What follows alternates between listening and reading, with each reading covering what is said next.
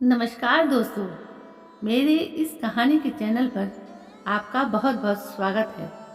इस कहानी में बेहोशी में पिता ने अपनी इकलौती बेटी की शादी करवा दी है ड्राइवर से। लेकिन क्यों? एक पिता ने अपनी इकलौती बेटी की शादी क्यों ड्राइवर से करवा दी? इस कहानी में ये बात बताई गई है। आप कहानी को पूरा पढ़िए।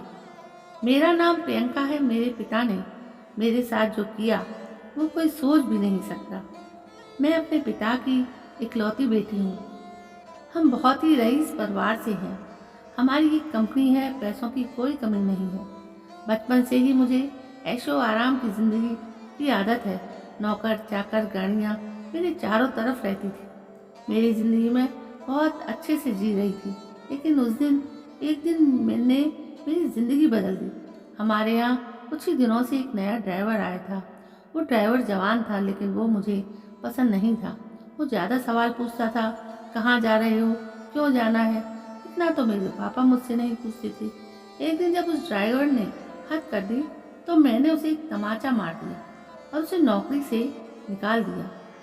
मैंने पापा को ये बताना ज़रूरी नहीं समझा, क्योंकि हमारे यहाँ ड्राइवर की कमी नहीं थी। लेकिन मुझे नहीं पता था कि मेरे साथ ये होने वाला है। एक दिन सुबह जब मैं उठी तो मेरे कमरे में वो ड्राइवर था। वो ड्राइवर मेरे कमरे में इतनी सिक्योरिटी के बीच में कैसे आ गया, मुझे पता नहीं था। शायद मैंने उसे मारा था। इस बात का बदला उसे लेना था। मैंने कहा कि तुम यहाँ क्या कर रहे हो? वो बोला कि मैं तुम्हारा पति हूँ। कल रात को तुम्हारे पिता ने मेरी शादी तुमसे करवा दी है। मैंने कहा कि तुम पागल हो, मेरे पिता तुमसे शादी करवाएंगे और शादी हो गई, मुझे पता भी नहीं चला।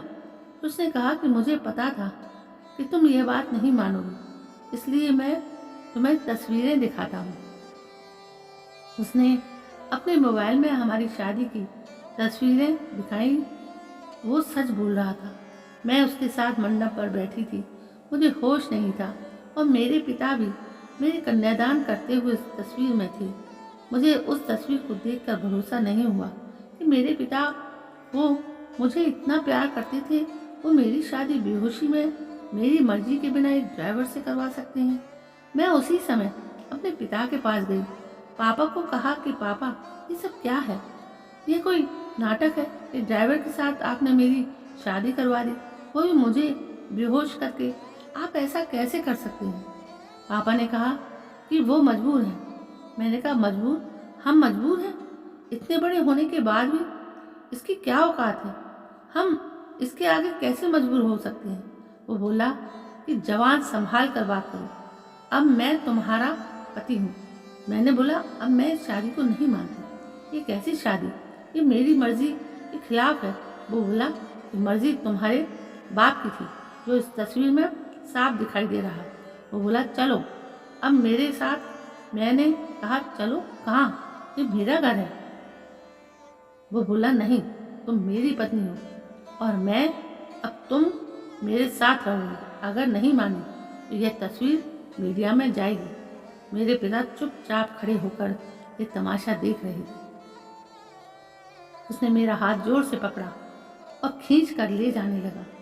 इतनी सारी सिक्योरिटी, लेकिन कोई उसे नहीं रोक रहा था। मेरे पिता भी जैसे बुद्ध बनकर खड़े थे। पर क्यों?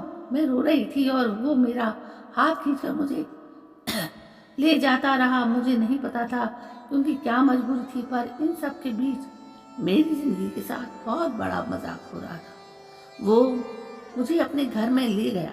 घर नहीं, पिंजरा था, एक छोटा सा कमरा। बाथरूम के लिए भी कमरे के बाहर जाना पड़ता था। उसने मुझे कहा यही अब मेरा घर है, यहीं पर रहना है और खाना है। पास में भी बहुत सारे कमरे थे, उनमें भी लोग रहते थे। मैं ऐसी जगह आ जाऊंगी मुझे पता नहीं था। उसने कमरे में खाने का सामान रखा और कहा कि भूख लगी है, खाना बनाओ। एक थप्पड़ का बदला वो इस तरह लेगा, मुझे पता नहीं। मैंने कहा मुझे खाना नहीं बनाना नहीं आता। वो बोला ठीक है, मैं कहीं खा लूँगा, तुम फिर भूखी रहो। वो इतना कहकर चला गया। मैंने सोचा था कि मैं भाग जाऊँ, लेकिन फिर सोचा कहाँ जाऊँगी, मेरे घर जा नहीं सकती। मैं वहीं रोती रही, भूखी। शाम हो गई। मुझे भूख लग रही थी। ऐसी भूख मैंने अपनी ज़िंदगी में कभी महसूस नहीं की थी। मैं मेरे कमरे की चौखट पर बैठकर रो रही थी। पास के कमरे से एक औरत ने मुझे रोते देखा और कहा, क्या हुआ? मैंने कहा, भूख लगी है। वो बोली, इतनी सी बात?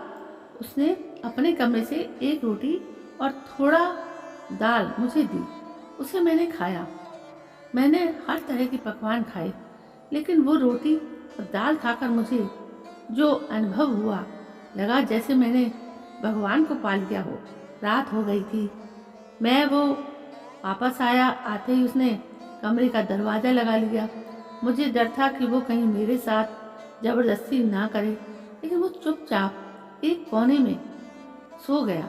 इतने बड़े महल से एक कमरे में, वो भी अजनबी के साथ। मैंने सोचा, अब मैं ये सब बर्दाश्त नहीं करूँगी।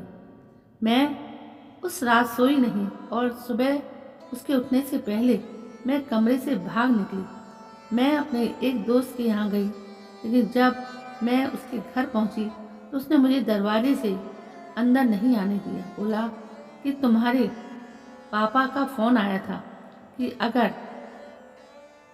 किसी ने तुम्हारी मदद की तो अंजाम अच्छा नहीं होगा। उसने मेरे मुंह पर दरवाज़ा बंद कर लिया। मैंने सोचा था कि वापस उस कमरे में नहीं जाऊंगी, लेकिन कुछ ही घंटों में मैं समझ गई कि मेरे लिए अभी उससे ज़्यादा सुरक्षित कोई जगह नहीं है। इसलिए मैं वापस वहीं लौट आई। मुझे वापस देखकर वो बोला, क्यों आ गई?